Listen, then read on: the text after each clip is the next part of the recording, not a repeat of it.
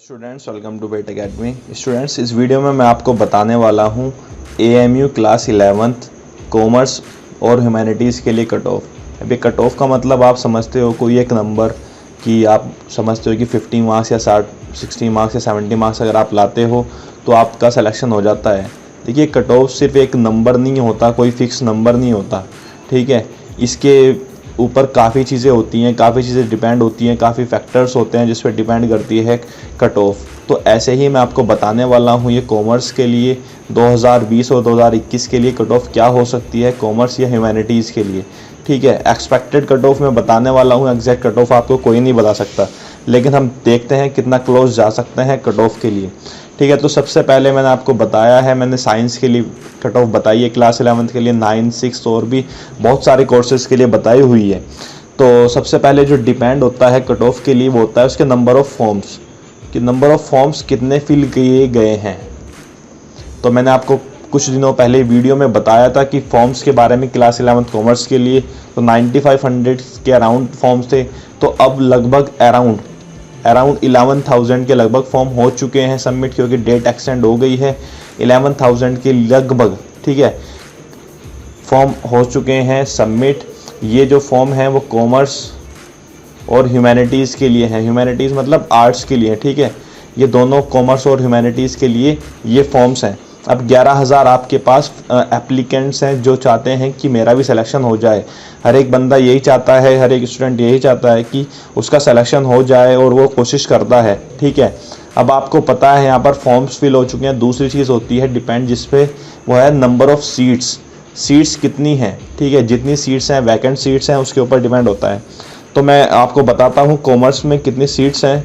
Commerce के लिए बता दूं मैं आपको, 3 स्कूल्स हैं कॉमर्स में बॉयज़ के लिए, ठीक है। उसमें 110 और 50 सीट्स हैं ये मेल के लिए, और फीमेल के लिए सीट्स हैं यहाँ पर 60 सीट्स ओनली। तो ये कितनी सीट्स हो जाती हैं, 210 सीट्स हो जाती हैं कॉमर्स में, और 60 सीट्स हो जाती हैं फीमेल के लिए।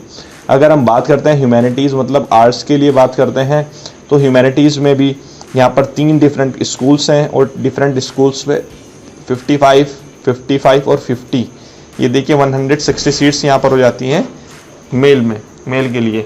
अगर हम बात करते हैं फीमेल के लिए, तो फीमेल के लिए 140 सीट्स हैं 2 स्कूल्स में। इनको एडअप कर देते हैं 0, 7 और 370 तो मेल के लिए, और 200 यहाँ पर फीमेल के लिए। मतलब सिर्फ टोटल सीट्स 570 है, और ये 570 भी टोटल नहीं होती है। इसमें से आधी सीट चली जाती हैं इंटरनल के लिए, जो AMU में पढ़ रहे हैं उन बच्चों के लिए चली जाती है।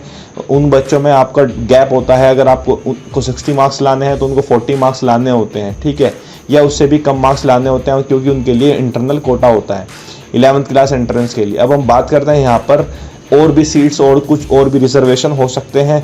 अब यहाँ पर आपको पता चला, ये 2 फैक्टर्स हैं सीट्स के लिए। आपको पता चला कि 11,000 के लगभग तो फॉर्म भरे गए हैं, और आपको लगभग 500 ही आप सीट्स मानो, 500 आपका सीट्स है। तो आप देख सकते हैं रेशियो क्या है, 11/5 रेशियो, ठीक है, 110/5 रेशियो है, ठीक है।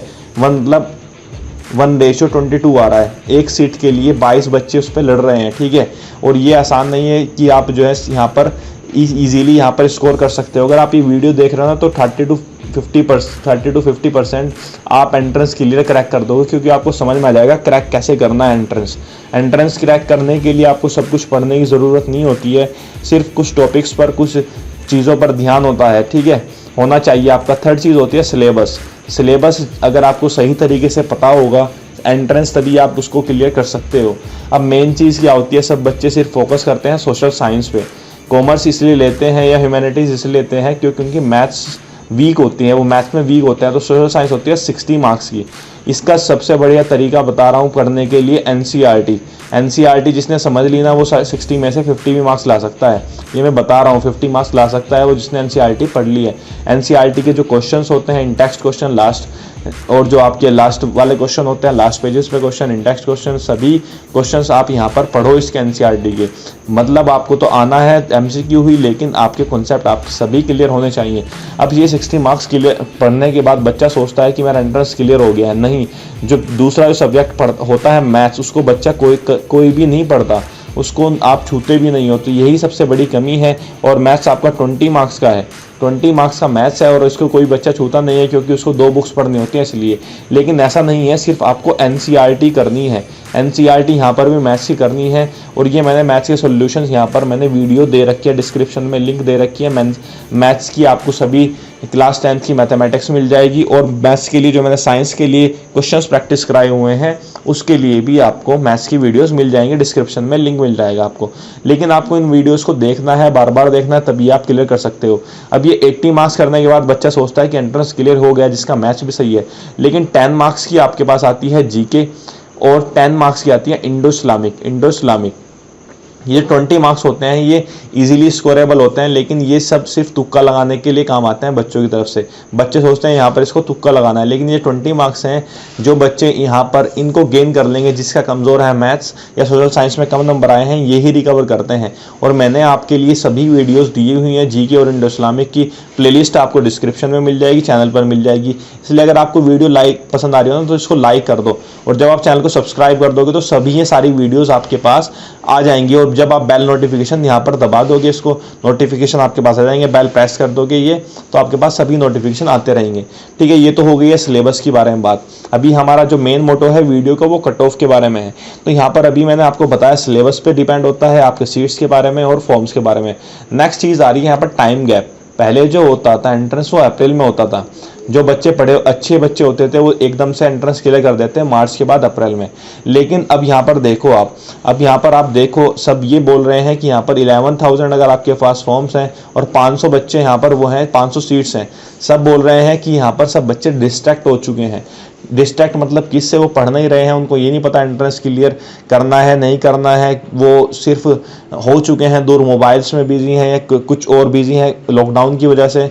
लेकिन ऐसा नहीं है, कुछ बच्चे ऐसे हैं जो पढ़ रहे हैं। अगर आप ये मिनिमम 500 बच्चे भी उनको मानते हो जो बच्चे पढ़ रहे हैं रेगुलर, तो उनका लेवल इंक्रीज हो रहा है। ठीक है, आपको पता है फॉर्म की वजह से क्या हुआ है, फॉर्म्स ज़्यादा भरे गए हैं, फिलअप हुए हैं फॉर्म ज़्यादा क्योंकि ज़्यादा टाइम मिला है बच्चों को।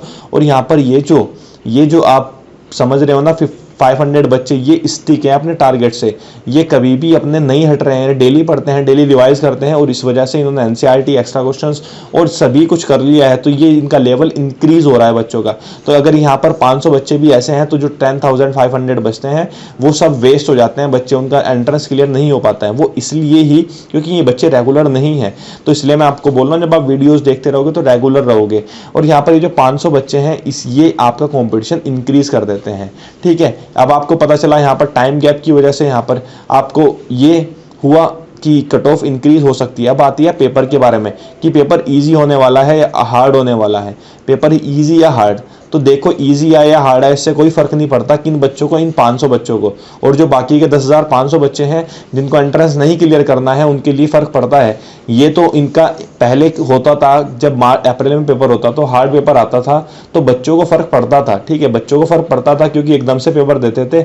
हार्ड पेपर आता था तो कट ऑफ हो जाती थी नीचे। लेकिन ऐसा नहीं होगा क्योंकि हार्ड पेपर भी आएगा तो बच्चों को वो आसानी लगने वाला है क्योंकि उनकी तैयारी क्या हो गई है, ऊपर चली गई है। तो इसलिए कट ऑफ भरने वाली है। तो इसलिए मैं आपको बता रहा हूँ पहले जो कट ऑफ होती थी 45 से 55 के बीच में हो जाता था आर्ट्स में और कॉमर्स में आपका एडमिशन। लेकिन ऐसा नहीं होने वाला है, अब मेरे हिसाब से 55 से अबव कट ऑफ जाने वाली है। तो अगर आपको ये कट ऑफ अचीव करनी है, मैंने आपको बताया है कि किस तरीके से आप तैयारी भी करें इसमें। और वीडियो अगर आपको पसंद आती है तो लाइक ज़रूर करें।